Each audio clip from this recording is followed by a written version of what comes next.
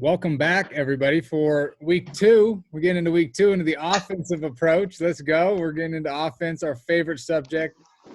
We don't need to play defense if we can hit the baseball, so that sounds good to me. We're going to talk a lot about offense this week and just not only just hitting approach, but a bunch of different approaches as far as base running, as far as what to look for in certain counts. Today's more of the actual approach aspect. Tomorrow will be more of the actual mechanics. So there's a big difference in both of those, and I think it's good to get a good description and some different viewpoints on the different types of hitting philosophies. There is really no one right way to hitting besides see ball, hit ball. Like there really isn't any other right way to do it or wrong way to do it. I guess there are some wrong ways to do it if you get into it. So maybe I spoke too soon there, but there's a lot of different ways to hit. The biggest thing is, what do I need to do personally to put myself in the best position to be successful, especially as a hitter? Because once things start going crazy up here in our mind, like we talked about last week, it's a lot tougher to find success in the game, results-wise. We get caught up in the results. Last week was great. To just kind of touch back on last week a little bit, it's good for us, especially no matter what age we are. We had a ton of notes. Everybody's tuned in, locked in, to be able to get a good sense of not only just the mental game, but different sides of the game that can help enhance our performance on and off the field. I think that's very important. I'm happy that we started it off with that for a week and you were able to get just a good background on it, because it goes right into our hitting, our defensive approaches, our strength and conditioning, and all the above. But today we're talking approach at the plate. We're going to talk normal approach and a few different approaches that are going to help you be successful. I'm going to start it off and then I'll kick it to Jake and we can work down the line here. But I'm going to start off with just an approach that really worked for me. And I like the simplifying the game the most. The more that you can simplify the game, make it easier on yourself, the more successful you're going to be. A lot of the times when we ask a hitter, what is your approach, right? And if we can put it in the box here. I'm going to open it up to everybody. If you can put in the box, like, what is your approach? Like, if you had an approach, what is your approach? A lot of athletes don't even know. Like, what do you mean? I just go up to the plate and I just want to hit the ball. Well, that's cool. But, like, what is your approach? Do I want to hit the ball hard? Do I want to hit line drives to the center of the field? Do I want to hit home runs to center field? Do I want to drive the ball to the opposite gap? Do I want to just hit the ball? Do I just want to make contact? What is your approach? Are you trying to do damage, or are you just trying to get on base? There's a lot of different approaches that we can develop, but in my opinion, especially being a middle of the order guy who's there to drive in runs and to hit the ball hard, my approach was home runs to center field. If I could get myself in a position to hit the ball hard to center field, I'm going to be more successful overall. So we'll get into the baseballs here in a minute, but just thinking mental approach when I get into the box and when I'm preparing myself for the box, one, like, what is my favorite pitch to hit? That is a very important question to ask yourself. What is my favorite pitch to hit? What do I hit the best? If you're me, I suck at hitting the inside pitch. If you throw inside fastballs, some of you in this group are going to sauce my hands. It's going to be a lot harder to get my bat extended. But if you throw it middle away, I can hit a ball to center field pretty hard, and it's going to be more consistent. I'm going to get more results. So as a hitter, we're looking, one, what pitch do I hit the best? Fastball down the middle, fastball inside, fastball outside. What pitch am I going to hit the best in the location? And then two, what do I want to do? Like, what is my goal? What is my intent at the dish? Your intent should not be, I'm just going to lay it out there. It should not be just to hit the baseball. If we're looking to just hit the baseball, then you can go play cricket, because we don't want to just get up there and hit the baseball. We want to drive the baseball. I want hitters that want to go up to the box ready to hit with the whole baseline, like we talked about last week, of being confident and trusting in their ability to go up there and unleash the frickin' stick. Like, we want boom sticks. I want you to be able to hit the ball as hard as you possibly can. Like, that is our goal. That is our intent. So for my approach, I'm looking for a fastball middle away. That's my specific approach, something that worked for me. Fastball middle away, and I'm looking to do damage. I want to drive that baseball dead center. Whether it's off the fence or over the fence, I want to drive that baseball to the center of the field, making sure that if I do that, I'm going to take my energy to the ball. If you had to ask yourself, what's the quickest way from first base to second base? You would answer a straight line, right? What's the quickest way to throw a ball from the pitcher's mound to home? A straight line. Same thing hitting. What's the quickest way to hit the baseball? Most direct. A straight line. How do I take my back hip to the baseball? We'll get into that more tomorrow. But my approach, like, what am I looking for?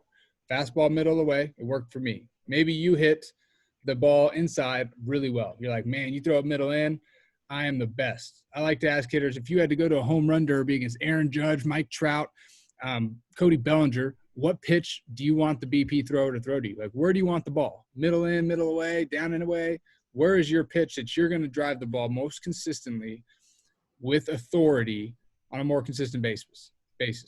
That's what we're looking for. So that's my little brief overview of the approach. And I love this aspect. I've been looking forward to this all weekend because, one, your guys' jerseys fired me up. The full Uni Fridays are in. And so this week we're going to have another competition. And from now on, you're getting an MLU hat if you win the competition. So whoever won last week, I think it was either Mason or who was it? I forget. Message me if I told you you were the winner. Who was it? I thought somebody mentioned something. Whoever it was, I'll look back. It was either Mason or somebody else. I'll get back to you. But you're going to get a hat. So message me for that so I can send that over to you as soon as possible. But just getting into our approach, Jake, I want you to kind of take us through these 6 balls that you have there and what that means, 1, and 2, kind of just give us a better background on approach, what it means to look for a certain pitch in certain zones and different types of approaches that are set up for you to be successful. Yeah, I think the first thing, to recap what Austin said a little bit, intent is the what, right? Intent is what you're trying to do. So if that's you're looking gap to gap, if there's a situation where you have to try to change the score with one swing, whatever it is, intent is what, and then approach is the how, right? So our approach is there to get us to accomplish our intent. All right, so they do go hand in hand. Sometimes people get them confused. When you look at it, one big thing to understand is when you get to a game, whatever swing you had before the game is going to be your swing in the game, right? So a lot of times you get in game and you have one bad swing and you're thinking, oh, I did this with my shoulder, my back hip, and it's not going to change. So when we talk approach, this is your in-game adjustments to being a successful hitter, okay? So when you get into a game, what we look at as our approach is when you're in a hitter's count, we want to drive a baseball, right? We have the intent of doing damage. So the first rule of thumb to implement is if you're in a hitter's count, we should never be late to the baseball, right? I know some people are throwing gas, but if we're looking in a hitter's count, ideally we're looking for a fastball. So we should be timed up to the heater. Okay, so with that, when we're thinking, okay, hitter's count, we're never late.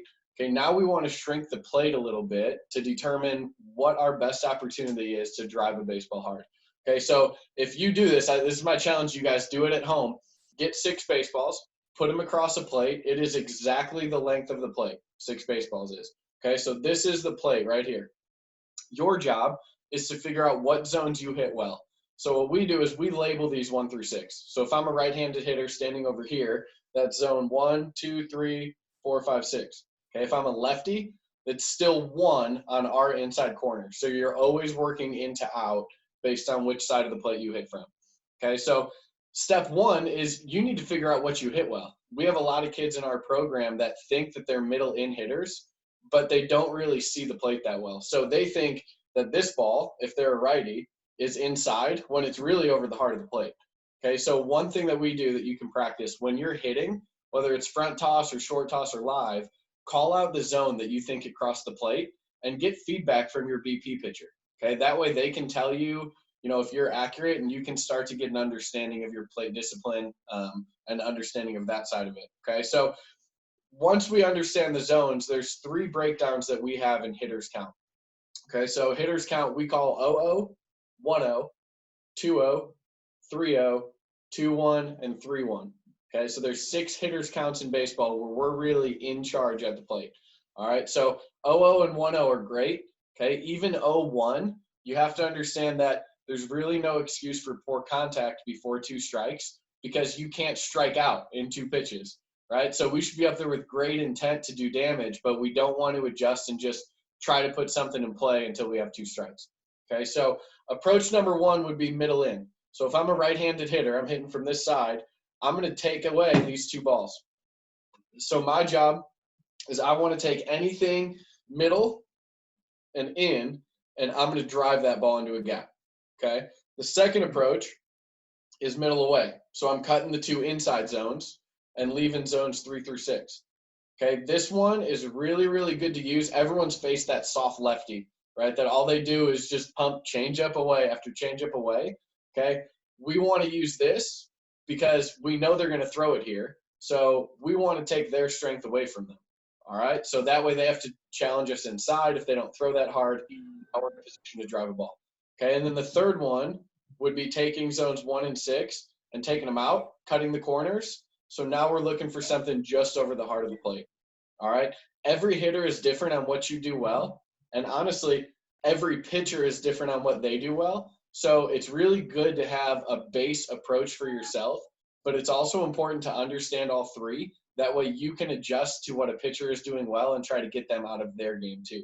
So for this first round going here, that's kind of the three major approaches that we use in hitters counts. We do adjust with 2 strikes, and we'll talk through that on the. That's kind of the basics. I'll let Adam expand on it a little bit, and I'm sure Ronnie's got some different stuff for you too.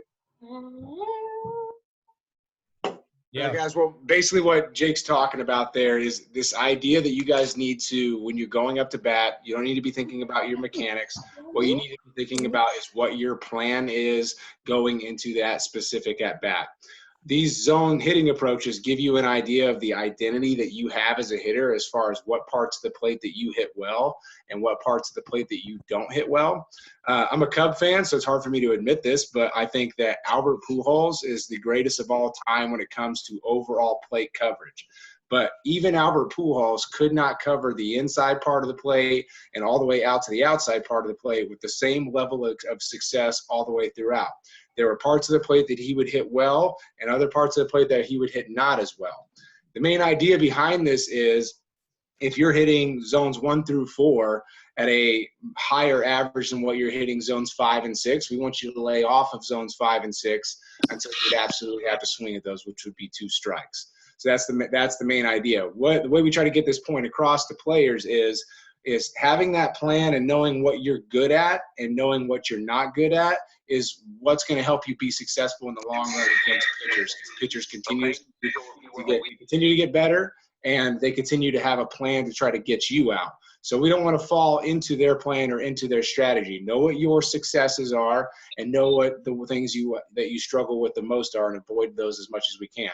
The idea I want you guys to have is I want you to think about what you batted last year. Let's say you batted 300 last year and you batted 100 times. So 70 out of the 100 times you got yourself out. I want you to think about how many times that you got out last year did you get yourself out by having a bad approach. You got yourself out because you went up there and you swung at an 0-0 count pitch that was in a zone that you don't necessarily hit that well.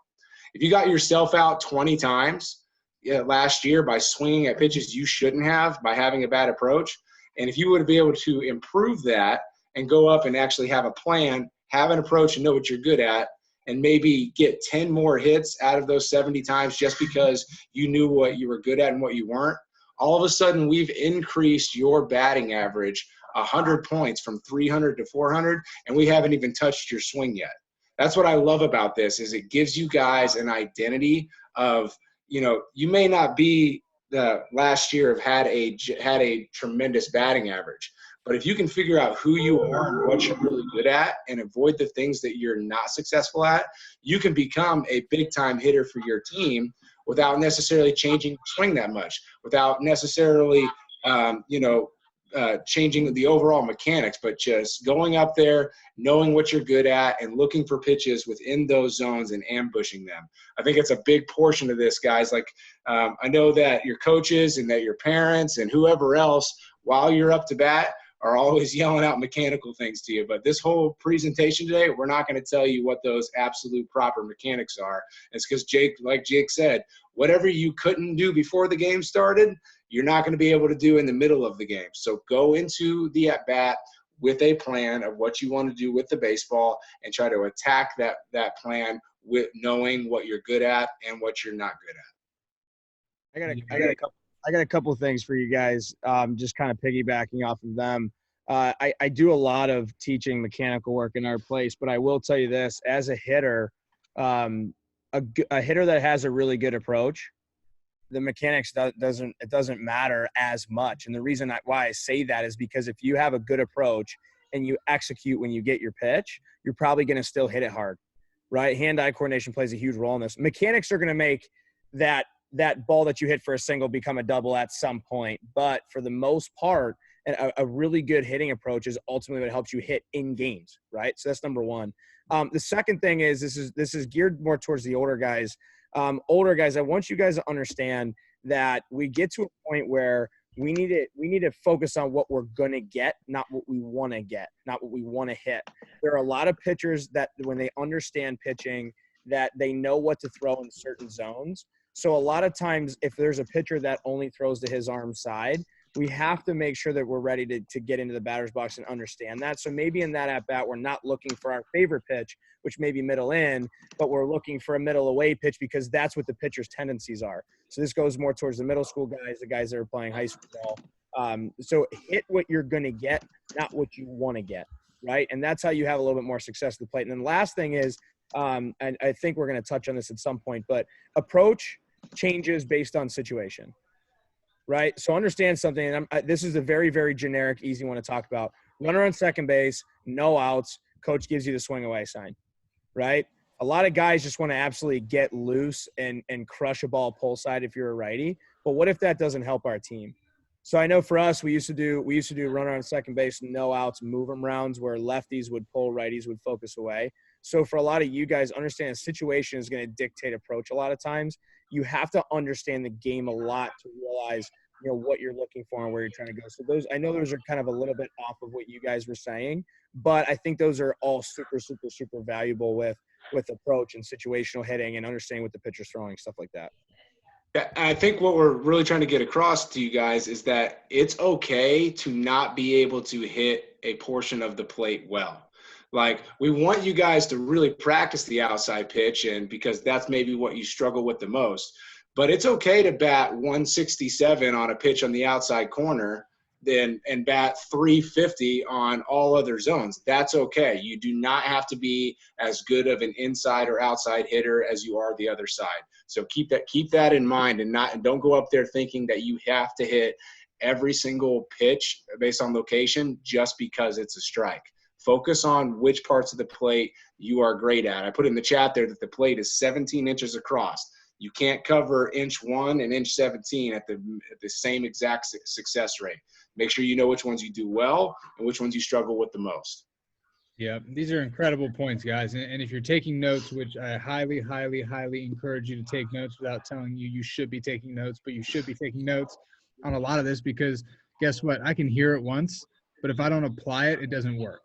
If I go back and I go into my season this year and I heard something great, but I forgot it because I didn't write it down, I can never go back and look at it again. And I can never get this back. Yes, these will be on YouTube. Yes, you'll be able to go back and watch these again, but how likely is it for me to go back and watch an hour-long video? Probably not. So if we can write these down, we'll really ingrain them in our head. And some things that I've written down is, one, it's okay to swing at your pitches and to take a portion of the play, like you just said, Adam, and give the pitcher that side. Maybe my middle in, maybe that's what I rake. And I'm going to give the pitcher in this at-bat the middle away pitch, that outer third, that outer corner. Maybe that's what I'm going to give to them. I think that's huge, and I think that's a big maturity deal. But even when we're younger, we want to for a Little League athlete right now, we want to be the all-star in our Little League and go to TOC and go play in Williamsport. Well, guess what? We're going to give ourselves the best chance to be an all-star and to play in TOC if we swing at our pitches in our zone more often. Yes, the umpires aren't that good anywhere you go. They don't get much better in pro ball either. Trust me, you're going to have to deal with that, but you can't control that. You can control what you swing at for the most part. So I've got two things for you, and then we're going to get into that situational side that Ronnie was talking about, because I think that's massive. And I love what all these guys do, and that's why I've been so fired up for this. And an hour is way too little time. We can go all day with this stuff. Straight enough. We might just go overboard. We might just go overtime. So if you'd rather do this in your regular school, come back. We got OT, baby. We're going extra recess, 30 minutes. Right. Let's go. But three things that I really want you to write down. So if you have a piece of paper, if you don't, put them on your phone in your notes right now. Write these down, because it changed the course of my career. In pro ball, I was hitting 180 at the All-Star break. I called my college coach, and I said, Coach, I don't know what's going on. I am losing my mind. I'm trying to hit 20 home runs with one swing. I am baffled, dude. I can't do this. I'm going to get released. What do I do? It's All-Star break, mind you. I'm hitting 180. So in pro ball, I've already played 60 to 70 games. So I've got a pretty good stack of ABs, right? And he goes, look, Bother, I'm going to give you three things, and you do what you want with them. Ask yourself first, one, did I swing at my pitch? Yes or no? did I swing at my pitch? And I'm like, okay, good, nice. Pretty simple. Did I swing at my pitch? Yes, cool. Number 2, was I on time? Yeah, I was on time. I was on really good time. I had great timing on that. So cool. 1, did I swing at my pitch? 2, was I on time? 3, what was the result? If I was on time and if I swung at my pitch, the result usually takes care of itself. So I can answer that result, right? The result is usually a byproduct of if I was on time and if I swung at my pitch. Those are 2 simple things that we can control on a more consistent basis in the game that are going to help set us up for success. So if you don't write anything else down, if you forget everything else and you're struggling in the middle of a slump, please remember, 1, was I on time? 2, did I swing at my pitch? 3, what was the result? The result usually takes care of itself.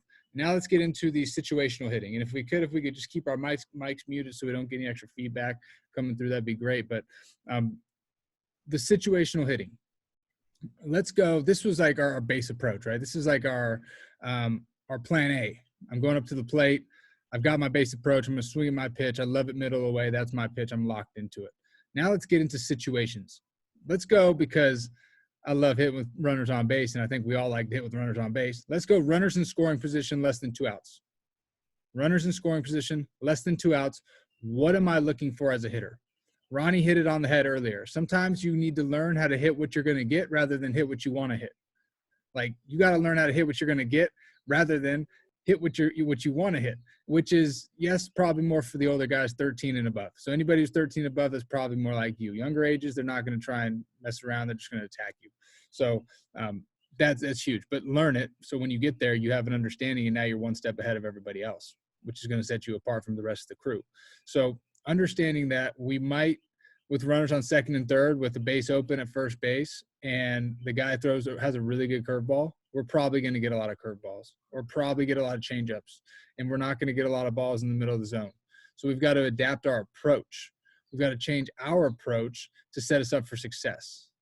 The do damage never changes. With runners in scoring position, my do damage mentality never changes. I want to drive in runs. I want to score RBIs. I want to put myself in the best position to succeed. But in different situations, sometimes that might change. Second and third, 1 out, infield back, I can get away with hitting a ground ball up the middle to drive in an RBI. That's a team at bat. I may be out, but I got an RBI. We just put a run on the board, and we're more successful because of it. We're going to win more games because of that. So, Jake, if I had to send it to you, what is the ideal approach, if there is an ideal approach, or what are some approaches that you're teaching your hitters in, like, I'd say plus experiences, if that makes sense? Like, runners in scoring position, less than 2 outs. I have an opportunity to drive in some runs, get some RBIs. What are we looking for, and how does our zone change in those situations? Yeah, I think the first thing, and it's a little bit harder in the first inning or against a team you haven't played, but the more information you can learn about a pitcher, the easier it is for you to develop a consistent approach throughout that game. So when we say, talk to your teammates about what you saw at the plate, that's not just to tell you, hey, make sure you're communicating. It's to actually help those other hitters out. Okay, so let's say you got runners on second and third, less than 2 outs. The number one thing for you to remember is you're not going up there trying to be an out. Okay, a lot of times we get this approach of like, hey, I got to drive that guy in at third, so I'm going to ground out here because the infield's back. Now, that's a successful at bat, but it's not as successful as you doubling off the wall and driving in 2, right? So when you go up there, if you're in a hitter's count, you still have the intent to do damage. When that shifts is now, let's say you're down 1-2. Okay, we get to a 2-strike count. Now with 2 strikes, that becomes a team strike. So now we're going to go to work for the team, make sure we accomplish something that moves a runner, helps the team get a run, whatever that is. But don't go up there and give up your entire at-bat just because there's somebody in scoring position that you're trying to drive in, okay? That said, the other thing that not a lot of hitters think about or realize is you have to figure out and understand where you're at in the order, okay? Let's say that you're in a spot where the next hitter is not a very good hitter, right? And like, the pitcher's pumping gas, and you're kind of that last line of defense before the lineup drops off a lot. If you have 2 outs and a runner on third, you might have to expand your zone a little bit, right? If you know, hey, this next guy, he's a great defender, but he's not a good hitter, then it becomes your responsibility to drive in that run. So although you might have an approach where you don't swing at certain pitches, you might have to expand in that at bat a little bit to get the job done for your team. Okay, so I want to show you one little trick that we use a lot, and it's helped a lot of our hitters when they can develop this. And it's just how to manipulate the zones to help yourself in a hitter's count. Okay, you have to understand baseball is the one game that when you're on offense, you don't have the ball in your hand. Okay, it's kind of strange. Like you're on the defensive almost when you're hitting. So we want you to be proactive in your hitting rather than reactive, right? A reactive hitter goes up, looks for, like, they see the pitch coming and they try to hit it. Okay, proactive hitter goes up with a plan of how to do that. So I'm going to turn my screen here and show you the balls again real quick. Let's see. There you go. So you're not going to be able to see my face, but you'll be able to hear me. Okay, so if you typically, let's say these are our 6 balls and I'm a righty. Okay, so I hit from this side. Okay, this is my middle in approach right here.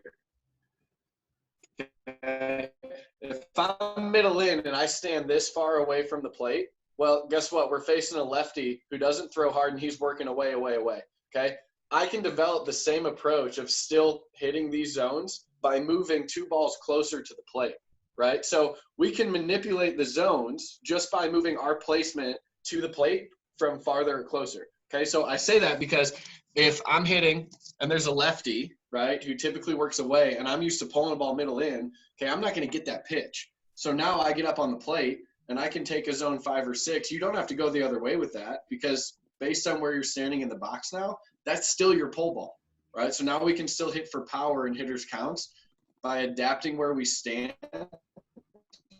based on what we know about the pitcher. Okay, so find ways to be proactive as a hitter. The one statement that drives me crazy, you don't want to overthink as a hitter, absolutely, but you still have to put in thought as to your approach. So that way when you get up in a game, you're not thinking about it because you know what that is, right? Like a wide receiver has this big book of all their plays. They don't just go out there and run whatever route they want. They know what the route is, so that way they can do that over and over. So we need to go up focused. We don't want to overthink, but we need to have a plan in place to do that, okay? So the statement of it's baseball, don't think, to some extent, yeah, but we got to do the thinking in practice so that we can play free in the game, all right, if that makes sense. That's all I got.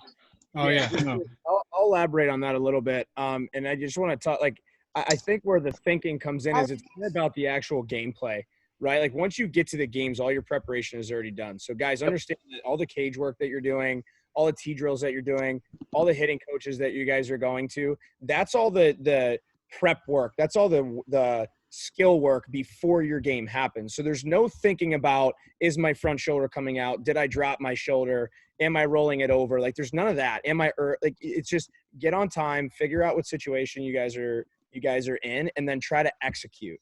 And then when you go back into the cage, that's when you can figure out like, okay, I was on time and I'm seeing the ball really well and I swung at my pitch. Why did I roll it over?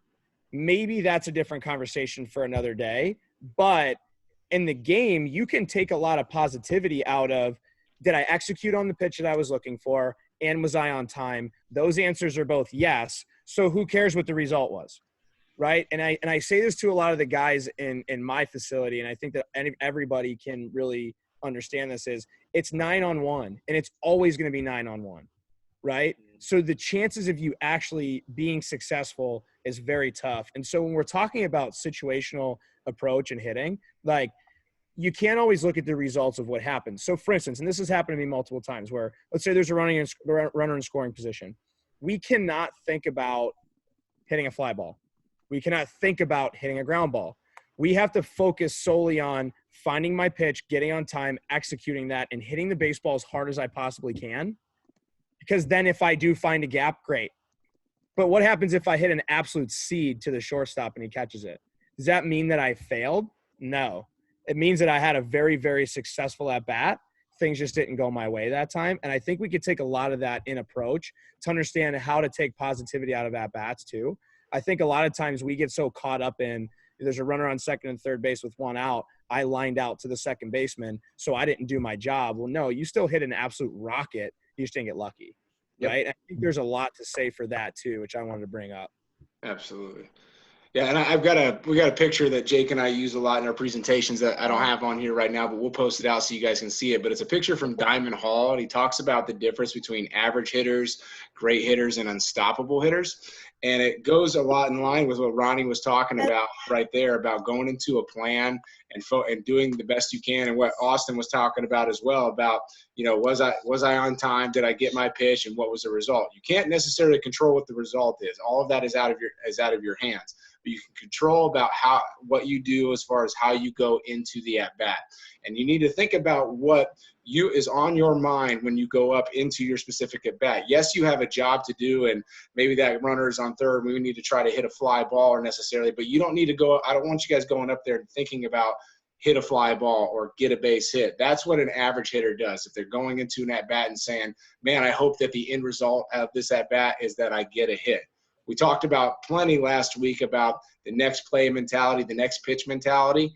It's not only that, but it's this pitch mentality. Are you thinking about exactly what you need to do with this pitch, of whether or not that last pitch went your way or not? It's a win this pitch mentality, and make your adjustments pitch to pitch, and don't just go up there thinking about the blanket statement of ground ball versus fly ball versus I hope I get a hit or anything like that. Yes, having a quality at bat is better than going up there thinking about get a hit, but we want you guys to think about your plan, the things that you're good at, and how can you apply those things to the pitch that's coming right now, not the one that's coming later on. That's where you're going to get most of your success, and that's where you're going to be the most effective for your team, is thinking of win this pitch, don't necessarily win this at bat. Yep. So good. So good. And just to kind of go off of what you said about Diamond Hall, Adam, I just looked up the sheet that you said, because I remember seeing it before too, and I love it because it's so simple and it really paints the picture. So we just tweeted on the Instagram, or sorry, not on the Instagram, on the Twitter, if you want to go check it out. But it says, for average hitters, it's game to game to game. For good hitters, it's at bat to at bat to at bat. But for the elite hitters, for the All-Americans, for the athletes in high school that are going to go to college, for the athletes that are in youth that are going to go into high school and be a impact player as a freshman or sophomore, it's pitch to pitch to pitch. And that's one of the biggest things I learned just being in professional baseball, is you've got so many games, even college baseball, you've got so many games, you play so often that you can't be caught up in game to game. You can't be caught up in at bat to at bat. You've got to make in-pitch adjustments. And it's really tough to miss your pitch. And we might even talk about this now, about like, what if I've got my approach? What if I'm sitting on my approach and I'm looking for my pitch and I get my pitch and I miss it? And now I foul it off. Now it's 0-0 and I missed my fastball right down the middle, my cookie. He gave me one. I freaking missed it. And I'm like, dang it, I'm never going to get that again. I'm never going to get that pitch again. And immediately we get that negative self-talk in our mind of, oh, I missed mine. It's at bat's over, right? I threw in the towel. Game over. Canned it.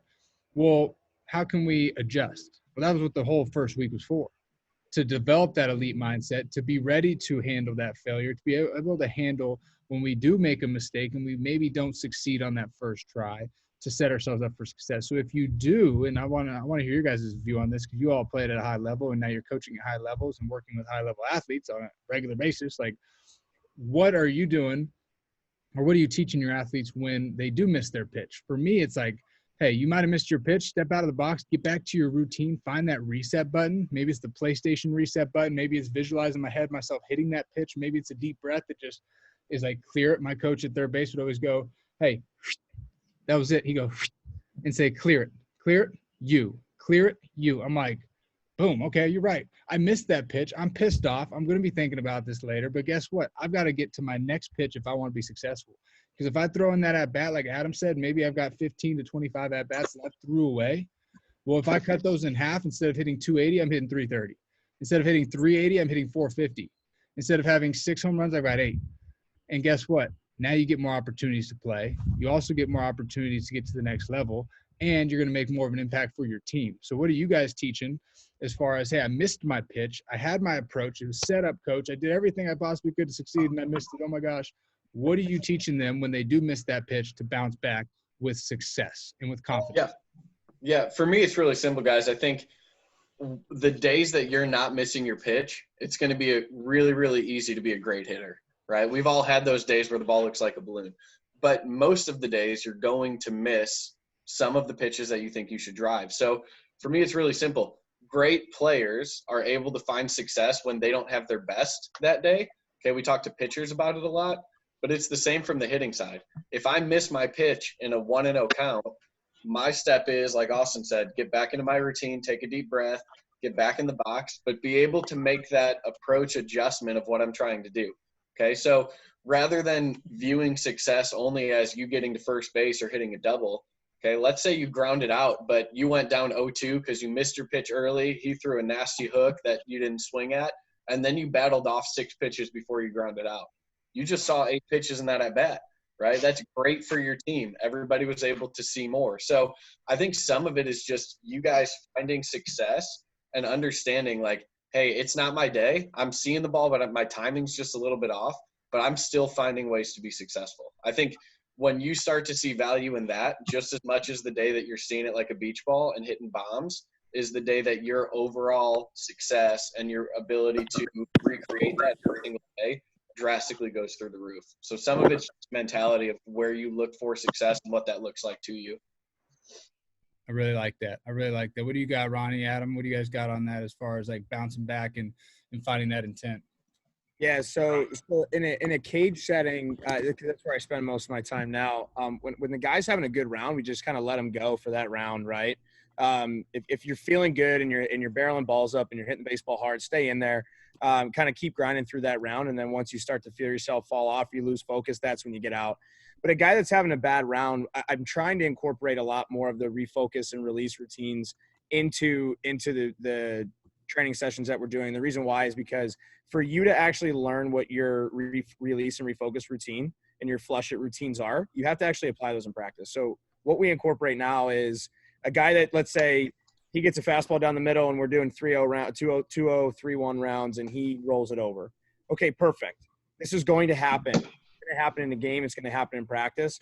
Let's step out of the batter's box and refocus to get back in there and get to the next pitch. So for a lot of our guys, it's get to the next pitch, get a better one. And for us, it's positivity through it too. Like, you're going to miss your pitch a lot, but okay, I missed that because I'm going to get a better one, right? Or I need to be ready because he's coming at me again. Those kinds of things. So I really think that's kind of the big deal, is how can we stay positive through it, and then understanding how to flush to the next one as quickly as possible. Absolutely. And one thing Jake and I, we do as well, and something I implemented at Lutheran this year, is I talk to guys about what do they, when someone asks them after the game how their game went or how they did, how are they answering that question? If you went 0 for 4, yeah, that stinks for your average. But if you went 0 for 4 and you had 3 quality at-bats and one of those balls you drove a ball into the left center gap and somebody dove and caught it, yeah, in the paper, something my grandpa always said, like if I had a bloop single in the outfield and I got to first base, he'd always say, hey, that's a line drive in the paper, right? Like, I've just always made me laugh. And like, if you go 0 for 4 in the paper, but you had 3 quality at-bats, and you had 113 pitch at bat, you need to think about that as being a massive success, because we talk about all the time when we're working with our teams that there's plenty of games where we have out hit teams where at the end of the day we've had more hits than the other team, maybe even by double. Maybe we had 8 hits and they had 4. But they beat us because they took their walks better, they had more quality at bats, they put pressure on our pitcher, and they worked us into our relievers earlier than we wanted to, and we didn't do the same thing. We even had a game 2 falls ago where we had our starting pitcher throw a no-hitter against the team in the fall, a full 7-inning no-hitter, and we lost the game 1-0. And it's not because they out-hit us. They didn't out-hit us. We plunked the first guy that got on. He stole second base. They bunted him over, and they got a sacrifice fly in. We lost 1-0. So how are you communicating the overall theme of your game? Is it a bad game because you went 0 for 4, or did you get 3 out of 4 quality at bats and you did some great things on defense and you helped your team win the game because of that? So think about things in that sense, as opposed to just what your batting average is. Because when college coaches ask us about how you guys are as players, we don't ever send them your high school batting average, or I don't send them what you batted in the summertime, because they don't care. That's not what their point. The point is they want to know whether or not your skills project against the competition that they play against. And so are you getting those hard hit balls? Because a hard hit ball is a quality at bat. So think about those. Think about it in that sense. Not that I went 0 for 4, Grandma. I went 0 for 4, but guess what? I had 3 quality at bats, a diving play, and I didn't make any errors today. Think about it that way, and maybe the idea and the overall grand scheme of your season will be a little bit different. Mm-hmm. It's a really good point, Adam. It's a really, really, really good point. And I love touching on that aspect of, like, there's so many more successes that you can find in your game other than in results. I got a guy over. I got a sack fly because I did my job. I had a quality at bat with 10 pitches, and now the next guy got a double in the gap because I allowed him as a leadoff hitter to see every single pitch that he threw and emptied the tank, or helped him get tired, or put some pressure on him on the bases. Like, there's so many little ways that we can find wins and victories to help our team win. At the end of the day, if your team wins, you're going to get seen more, and you're going to have more opportunities to play in front of a lot of people and scouts. And that's what we all want to do.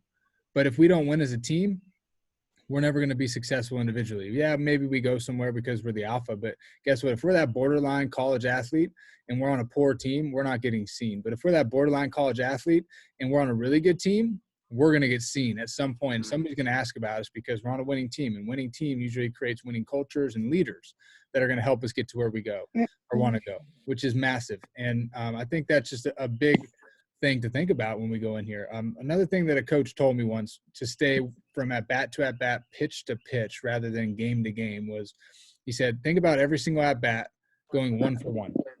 You've got 4 or 5 opportunities, depending on how many games you got, 4 or 5 opportunities to go 1 for 1. And 1 for 1 doesn't mean getting hit.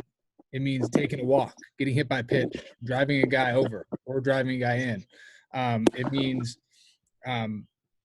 one sec, I'm removing somebody, because if we're going to keep our mics unmuted, guys, make sure we keep them muted, because it just gets a lot of bad feedback back on here. But I think just like 1 for 1. How do we go 1 for 1 every at bat? There's a lot of ways to go 1 for 1. Celebrate the little victories. The game is really hard. It's really, really tough to find success within the game. But if we can find those little victories like Adam and Ronnie and Jake have talked about, we're going to be more consistent on a more consistent basis, developing more results, helping us get seen to where we want to go. You guys got anything to add to that piece? No, I think from my end, like, the only other thing that we hear a lot, and I kind of want to debunk with you guys, is this idea that you shouldn't adjust with 2 strikes. Okay, I know the major league game has gone to this huge, let's hit for power and live with the strikeouts, and I get that, but here's the big difference. At the major league level, they field at an extremely high rate. So there's no difference for them in a ground out and a strikeout. You're going to get the same result. But as most of you have seen at the level that you play, okay, a good fielding team up until high school is really anything over a 90% or over a 900 fielding percentage. They're doing pretty well, right? So you got to look at it like this. If your team strikes out 9 times in a game, that's 3 innings that they didn't have to make a play. Okay, so let's say their fielding percentage is 900. You can't do anything to change their fielding percentage, but the more balls you put in play, their fielding percentage of a 900, that gives them more opportunities to make mistakes. Okay, so one of the things that we like to do when we're on base is I want them to throw over as many times as possible, because every throw is another opportunity for another error. Okay, we want the ball to exchange as many hands as possible on the defensive side to increase their opportunities to screw up. And one big way to do that is to show that you can adapt your approach with 2 strikes from do damage, okay, in some situations, to put in play. Okay, and I hate that approach of just put in play. I want you to do damage, but there's certain times and certain counts that we do have to adjust. Okay, so unless you're hitting, if I have a guy who's hitting 20 bombs in a summer season, like, swing for it, dude, you don't have to adjust. But there's not many of you that are doing that. So having the ability to change that and still find success in putting the ball in play and creating pressure is a huge key to the overall offensive approach. I love that. I love that mindset. To close it out, Adam, Ron, do you guys have any other closing thoughts before we kind of close this thing out on approach? I got two things and then I'm done. Number one is going into – I do want to hit 2-strike approach a little bit. The one thing that I got with two strikes is, for me at least, I became a really good two-strike hitter. I batted in the bottom of the order, like I mentioned last week. So for me, I needed to put the ball in play and get myself a shot. Making a physical adjustment with two strikes. I see Joey Votto, for me, is one of the best guys in the big leagues at this. Yep. Big choke-up guy, move in, take the stride away. You know, for me, I did all three of those. So what I did was I choked up on my bat, I moved in closer to the plate, and I took my stride away. So that made it very, very easy and simple for me to let the ball travel and make an adjustment and try and hit something hard the other way. That was the approach that I took. So two-strike hitting for me, I know for Jake, it's pound the chest. For me, it was, as soon as I choked up on my bat, it was a physical change that I made to say, all right, now it's war. Now I'm in the trenches. Now it's time to actually get in there and grind for my team and see as many pitches as I can. That actually gave me confidence with two strikes, because for me, now it was a fight, and I'm not going to lose that fight, right? Before two strikes, it's power versus power. You know, he's coming at me with his best stuff, and I'm trying to get loose on one. But once it gets to two strikes, it's who can battle the best. So I like the whole physical adjustments big. The last thing I want you guys to understand, this is what I'm taking away from Austin, Jake, Adam, and anybody else who's talked in here, is you guys need to understand that we're not talking about results really ever. If you think about the way we're talking, especially in hitting approach, everything has to do with team and how you can help your team better themselves. And what we noticed, I played on some championship teams, so I was lucky. But it was when we had a collective group that was working towards the same goal. So none of us were focused on hitting the bombs. We weren't focused on the high batting average. Those things happen. And I want to go back to something that Adam said about quality at bats. We did this for 2 straight years whenever I was in college. We did a quality at bat chart instead of a batting average chart. And every single year that we focused more on quality at bats, our team batting average was higher. And so what I noticed was when we focused on the things that we could control, hit a baseball hard, 7+ pitch at bat, hit by pitch, things like that, our batting averages went up. And the year that we did it the best is we had over 50% quality at bats one year, and we batted .316 as a team. We didn't look at the batting average until after the championship was done. And it was amazing to watch. We're in the top 25 in the country in batting average, and none of us looked at batting average. But I remember my sophomore year in college, after every single game when I got on the bus, I took my hits, I took my at-bats, and I went to my calculator, and I figured out what my batting average was. That was the worst year I had. And the reason why is because I was so much more focused on the results rather than the other things that were helping my team. So understand that when you help your team, the other things come with that, right? That's easily the biggest thing I got. That's all I got for today. Absolutely. I'm in the middle of trying to type out the all the different types of ways you can get a quality at bat in the chat, but we'll post out a list of that so you guys can understand what we're really talking about if you're not sure what those are. But there's 2 other mentality things that I wanted to add in before we close out that we work on. We tell our athletes to think about based off of what counts they're in. And this 2-strike idea made me think of that. Yeah, we need to make physical adjustments. That's super important, but I want you guys to think about what your mental thought process needs to be in 2-strike counts versus hitters counts. Things that we always tell our players are, if you're in a hitters count, you need to have the mentality of, I'm never going to be late. Because if it's a hitters count, you're more likely going to get a fastball, so don't get fooled by a fastball and be late on it. Go up there ready to swing hard and do damage, and by God, don't check swing on a hitter's count. If you're going to swing hard. If you swing and miss, so what? It's the same difference as a check swing, right? And then the other one we have with the 2-strike counts is just as well as making that a physical adjustment, but making a mental check point of saying, hey, I'm not going to be early on this, okay? It's a good chance you're probably getting some sort of off speed, a change up, a slider, curveball, something like that.